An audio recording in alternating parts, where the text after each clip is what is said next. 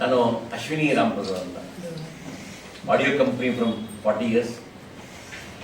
ಜೋಗಿ ನಮ್ಮದು first production, ಅದಾದಮೇಲೆ 3-4 film ಮಾಡಿದ್ವಿ. ಇದು ನನ್ನ 5ನೇ ಫಿಲ್ಮ್, ಕಾರ್ಕ ಅಂತ, ದ ಲ್ಯಾಂಡ್ ಆಫ್ ಶ್ಯಾಡೋಸ್ ಅಂತ. ಅರುಣ್ ರಾಮಪ್ರಸಾದ್. ಎಲ್ಲರಿಗೂ ನಮಸ್ಕಾರ. ಅರುಣ್ ರಾಮಪ್ರಸಾದ್. ಗಾರ್ಗಾ ಸಿನಿಮಾದ ಬಗ್ಗೆ ಒಂದು ಮಾತೇನು ಹೇಳಬೇಕು ಅಂತಂದ್ರೆ, ಗಾರ್ಗಾ ಅನ್ನೋದು ಒಂದು ಜಾಗದ ಹೆಸರು, ಒಂದು ಊರಿನ ಹೆಸರು, ಅಂದ್ರೆ ಕಾಲ್ಪನಿಕ ಮಾಡ್ಕೊಂಡಿರೋದು. ಆ ಊರಲ್ಲಿ ಕೆಲವು ಘಟನೆಗಳು ನಡೀತೆ. ಆ ಘಟನೆಗಳು ಕೆಲವು ಜನನ ಊರಿಗೆ ತಗೊಂಡ್ಬರುತ್ತೆ. ಆ ಊರಿಗೆ ಘಟನೆಗಳು ನಡೀತಾ ಇದೆಯಾ, ಇಲ್ಲ ಅಲ್ಲಿ ಘಟನೆಗಳನ್ನ ನಡೆಸ್ತಾ ಇದ್ದಾರ, ಅಲ್ಲಿ ಬಂದವ್ರು ಒಳ್ಳೆಯವರ, ಇಲ್ಲ ಅಲ್ಲಿ ಬಂದವ್ರು ಕೆಟ್ಟವರ, ಒಳ್ಳೆಯವ್ರು ಬಂದು ಕೆಟ್ಟವ್ರು ಆಗ್ತಾರ, ಇಲ್ಲ ಕೆಟ್ಟವ್ರು ಒಳ್ಳೆಯವ್ರು ಆಗ್ತಾರ ಅನ್ನೋ ಒಂದು ಗೊಂದಲದಲ್ಲಿ ಇಡೀ ಸಿನಿಮಾ ನಡೀತೆ.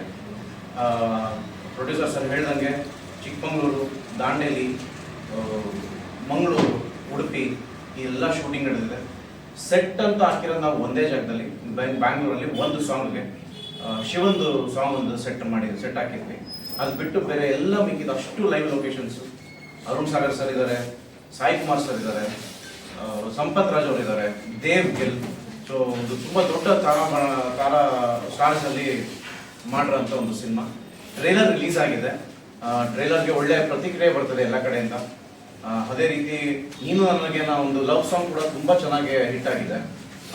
ರೇಡಿಯೋಸಲ್ಲಿ, ಆಮೇಲೆ ಇನ್ಸ್ಟಾಗ್ರಾಮ್ ರೀಲ್ಸಲ್ಲಿ, ಶಾರ್ಟ್ಸಲ್ಲಿ ತುಂಬ ಚೆನ್ನಾಗಿ ಹೋಗಿದೆ.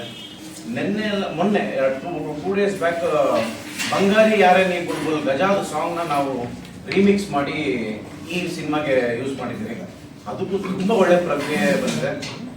ನಮಗೆ ನಾವು ರಿಲೀಸ್ ಮಾಡೋಕ್ಕೆ ಡೇಟ್ ಹಾಕಿದಾಗ ಒರೆಯನ್ ಮನೆಯಲ್ಲೂ ಒಂದು ಸ್ಮಾಲ್ ಫಂಕ್ಷನ್ ಮಾಡ್ತೀವಿ ಟ್ರೈಲರ್ ಲಾಂಚ್ಗೆ.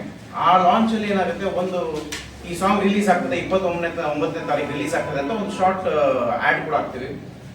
ಅದನ್ನ ನೋಡಿ ಅದು ಎಲ್ಲ ಟ್ರೋಲ್ ಪೇಜಸ್ ಅಲ್ಲೆಲ್ಲ ನೋಡ್ಬಿಟ್ಟು ಡಿ ಬಾಸ್ ಅಭಿಮಾನಿ ಅವರೆಲ್ಲ ನಮಗೆ ಮೆಸೇಜ್ ಮಾಡಿ ಆಫೀಸ್ವರೆಗೂ ಬಂದು ಈ ಲಾಂಚ್ಗೆ ನಾವು ಮಾಡ್ತೀವಿ, ನಾವು ಬರ್ತೀವಿ ಅಂತ ಅವರೇ ಇಂಟ್ರೆಸ್ಟ್ ತಗೊಂಡು ಒಂದು 200 ಜನ, ನಾವೊಂದು 20-30 ಜನ ಸೇರ್ಕೊಂತಾರೆ ಮಾಡ್ತಾರೆ ಅಂತ ಅನ್ಕೊಂಡಿದ್ದು.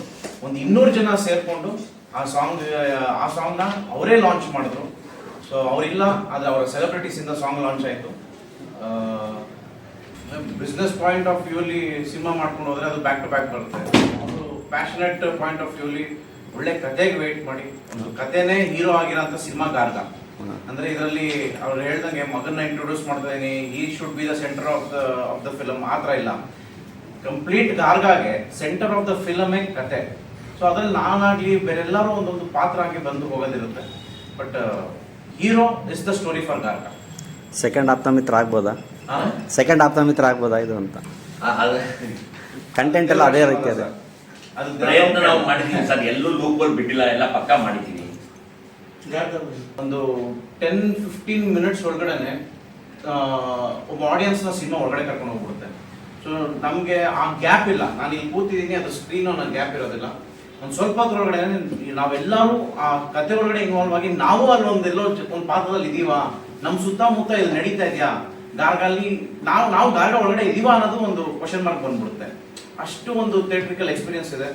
ಅವ್ರಿಗೆ ಇರೋ ಮ್ಯೂಸಿಕ್ ನಾಲೆಜ್ ನೋಡಿ, ನಿಮ್ಗೆ ಗೊತ್ತು, ನೀವು ತಲೆ ಅಲ್ಲಾಡಿಸ್ತಾ ಇದ್ದೀರಾ. ಮ್ಯೂಸಿಕ್ ನಾಲೆಜಿಂದ ಅವ್ರ ಮಾಡಿರೋ ಒಂದು ರೀ ರೆಕಾರ್ಡಿಂಗ್ ಆಗಲಿ, ಅವ್ರು ಯಾರ ಹತ್ರ ಹೆಂಗೆ ಮಾಡಿಸ್ಬೇಕು. ಇವಾಗ ಒಂದು ಪಟ್ನಾಯಕ್ ಕೊಟ್ವಿ, ಒಂದು ಸಾಂಗ್ ಗುರು ಕಿರಣ್ ಕೊಟ್ವಿ. ಬ್ಯಾಕ್ಗ್ರೌಂಡ್ ಸ್ಕೋರು ನಮ್ಮ ಟೀಮ್ ಇದ್ದಾರೆ ಮೆಡ್ರಾಸಲ್ಲಿ, ಅವ್ರನ್ನ ಇಟ್ಕೊಂಡು ನಾವು ಹೆಂಗೆ ಬೇಕೋ ನೀಟಾಗಿ ಮಾಡಿಕೊಂಡು ಅದಕ್ಕೆ ಏನೇನು ಬೇಕೋ. ಸೊ ಅಲ್ಟಿಮೇಟ್ಲಿ ಕೇಳೋಕ್ಕೆ 100% ಪರ್ಫೆಕ್ಟ್ ಆಗಿರ್ಬೇಕು ಅಂತ ನಾವು ಮಾಡಿದ್ವಿ. ಈಗ ನಾರ್ಮಲ್ ಏನಾಗುತ್ತೆ, ಒಬ್ಬರು ಪ್ಯಾಕೇಜ್ ಕೊಟ್ಬಿಟ್ಟು ಪ್ಯಾಕೇಜ್ ಕೊಟ್ಬಿಟ್ಟು ಅವ್ರು ಮಾಡಿಬಿಟ್ಟು ಏನೇನು ಮಾಡಿ ನಾವು ನಂಗಲ್ಲ. ಪ್ರತಿ ಒಂದು it is been directly invested into the film.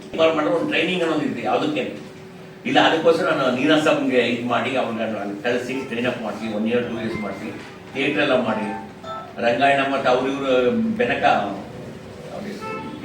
Nagabharana ಅವ್ರ ಟೀಮ್ಗಳು ಇವರು ಡ್ರಾಮಾ ಮಾಡಿ ಪ್ರಾಕ್ಟೀಸ್ ಆದಮೇಲೆ ಪಕ್ಕ ಆದಮೇಲೆ ತಂದು ಹಾಕಿದ್ರು ಸರ್ ನಿಮ್ಮ ಮುಂದೆ. ಕಲೆಯಲ್ಲಿ ಫಿಲ್ಮ್ ಒಳ್ಳೆ ಥ್ಯಾಂಕ್ ಯು ಸರ್. ಓಕೆ.